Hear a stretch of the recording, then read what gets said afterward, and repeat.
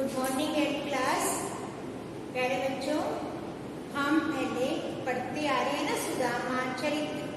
हमने पिछली कक्षा में सुदामा चरित्र के बारे में पढ़ा था, तो आज हम उसी का अगला भाग पढ़ेंगे। तो इस पाठ में हमें क्या शिक्षा मिल रही है कि सच्चा मित्र विपत्ति के समय काम आता है। ये हमारे मोरल वैल्यू भी है कि ऐसा मित्र बनाना चाहिए जो हमारे सुख दुख का साथी हो। ऐसा मित्र नहीं बनाना चाहिए जो हमें कुसंगति की ओर ले जाए। तो कई बार हम मित्र बना लेते हैं, परंतु उसके बारे में हम सोचते नहीं कि इसका चाल चलन कैसा है, इसका व्यवहार कैसा है। 2-4 बातचीत की और उसे अपना मित्र बना लिया। तो बच्चों, मित्र बनाते समय आप भी बहुत सारी बातों का ध्यान रखा करो कि हमें कैसे मित्र बनाने चाहिए। ये स्वार्थी मित्र नहीं बनाने चाहिए। कई बार हमें पता भी नहीं चलता, हम मित्र बना लेते हैं, परंतु हमें पग पग पर अपना स्वयं ध्यान रखना पड़ता है, क्योंकि संगति का मनुष्य के ऊपर बहुत ज्यादा असर पड़ता है। हम जैसे संगति में रहते हैं हम वैसे ही बन जाते हैं। तो जब भी हम किसी की संगति में रहें तो उसके बारे में समय समय पर चिंतन करना चाहिए, समय समय पर परख करना चाहिए। कई बार हमारे बड़े हमें सचेत भी करते हैं, सावधान भी करते हैं कि बेटा ऐसे गलत है। तो हमें अपने माता पिता की, अपने बड़े बहन भाई की बात सुननी चाहिए और बात सुनकर हमें ठीक लगे।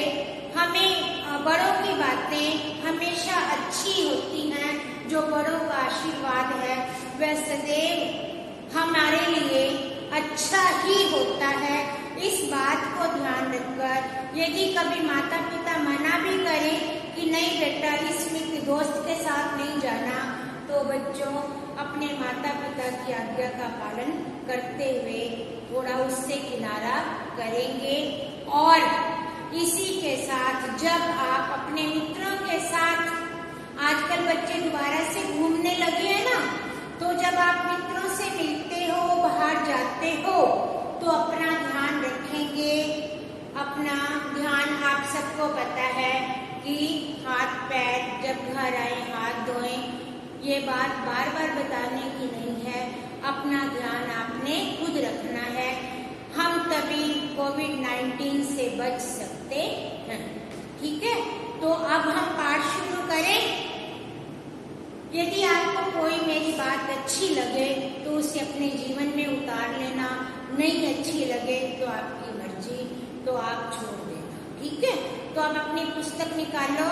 आज हम सुदामा चरित्र का गद्यांश, सुदामा चरित्र पाठ नंबर 12, सुदामा चरित्र पद्यांश 3 और 4। पद्यांश 3 और 4 पढ़ेंगे। हमने पहले 2 पद्यांश पढ़ चुके, आज हम 3 और 4 पढ़ेंगे। 3 और 4 में आप पेंसिल हाथ में रखो और बुक सामने रखो तो आपको बहुत आसान लगेगा। कछु भाभी हमको दियो, कछु कुछ। भाभी भाई की पत्नी को क्या बोलते हैं? भाभी। हमको हमारे लिए दिया देना, सो तुम काहे ना दे, तो तुम मुझे क्यों नहीं दे रहे? कौन बोल रहा है ये? श्री कृष्ण सुदामा से कहते हैं कि भाभी ने मेरे लिए कुछ दिया है, तुम मुझे क्यों नहीं दे रहे हो? चापी टोरी काख में, चापी छिपाना दबाना, पोटली पोटोकली, काख बगल में अंदर, रहे क्यों हो कहीं हेतु। तुमने अपनी बगल में पोटली इस कारण छिपा रखी है। कौन बोल रहा है ये? श्री कृष्ण सुदामा से कहते हैं कि तुमने अपनी बगल में पोटली इस कारण छिपा रखी है। कौन बातें कर रहा है? श्री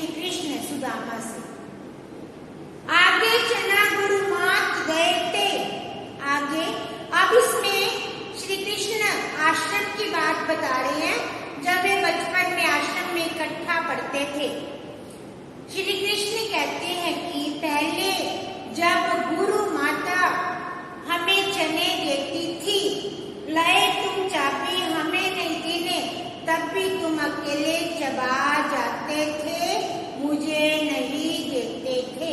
क्या बोला?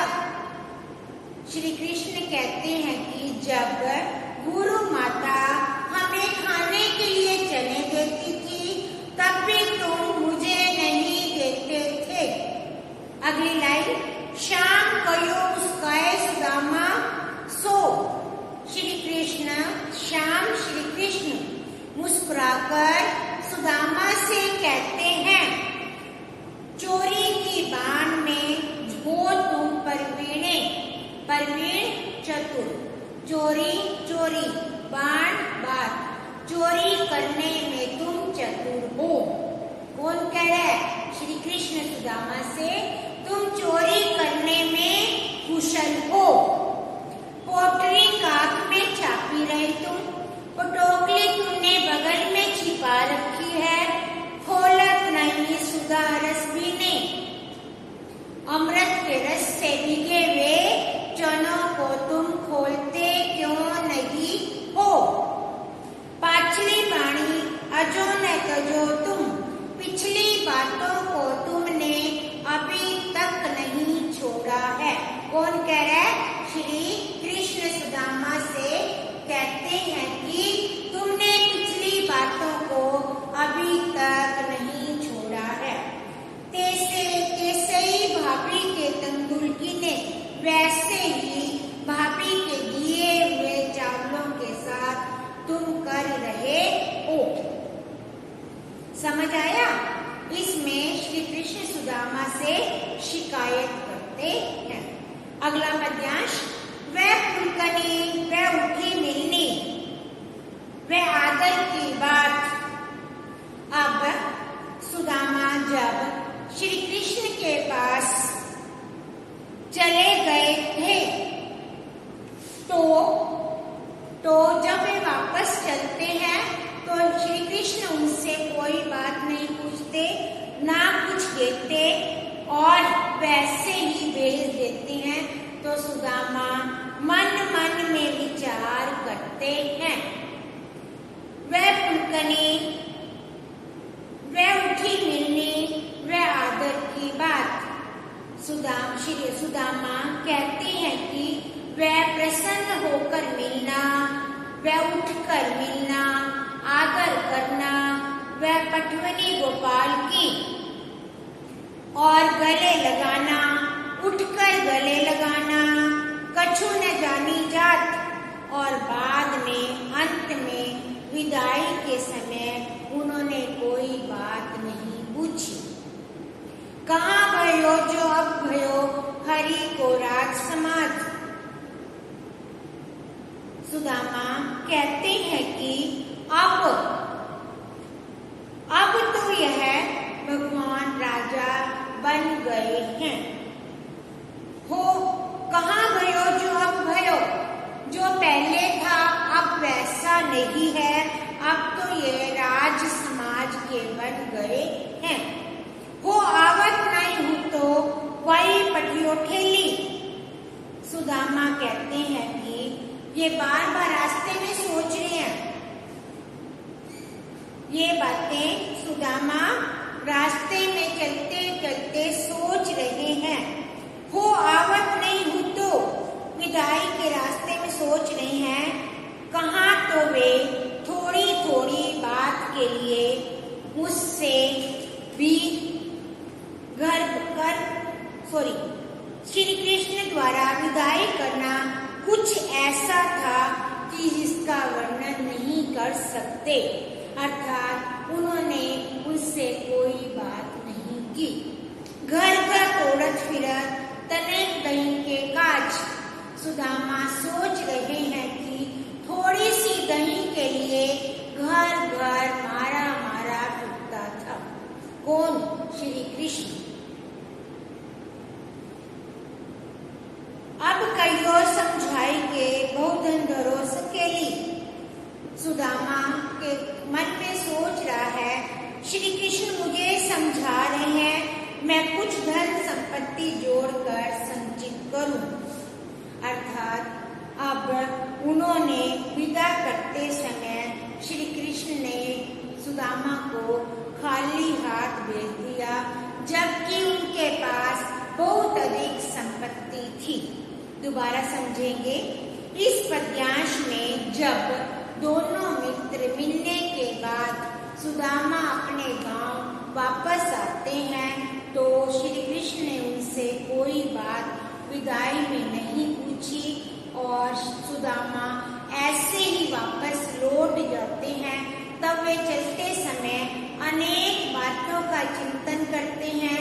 कहते हैं कि यह अब राजा बन गया, तो पहले यह कृष्ण वही था जो थोड़ी सी दही के लिए घर घर भटकता था।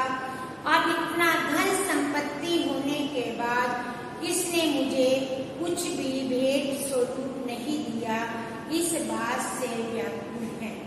तो प्यारे बच्चों, मैं केवल 2 ही पद्यांश करवाऊंगी, ज्यादा पद्यांश मैं करवाऊंगी तो आपको समझ नहीं आएंगे। पहले पद्यांश में आश्रम की बात का वर्णन था, दूसरे पद्यांश में सुदामा के अपने गांव लौटने समय का वर्णन है। तो बच्चों, यह पाठ हमारे लिए बहुत शिक्षाप्रद है। हम सुदामा और श्री कृष्ण की मित्रता को जीवन में अपना सकते हैं और इससे सीख ले सकते हैं। मेरा पाठ पढ़ाया हुआ ध्यानपूर्वक सुनना और 2-2, 3-3 बार सुनना तो आपको समझ आ जाएगा। आप प्रश्नों के उत्तर भी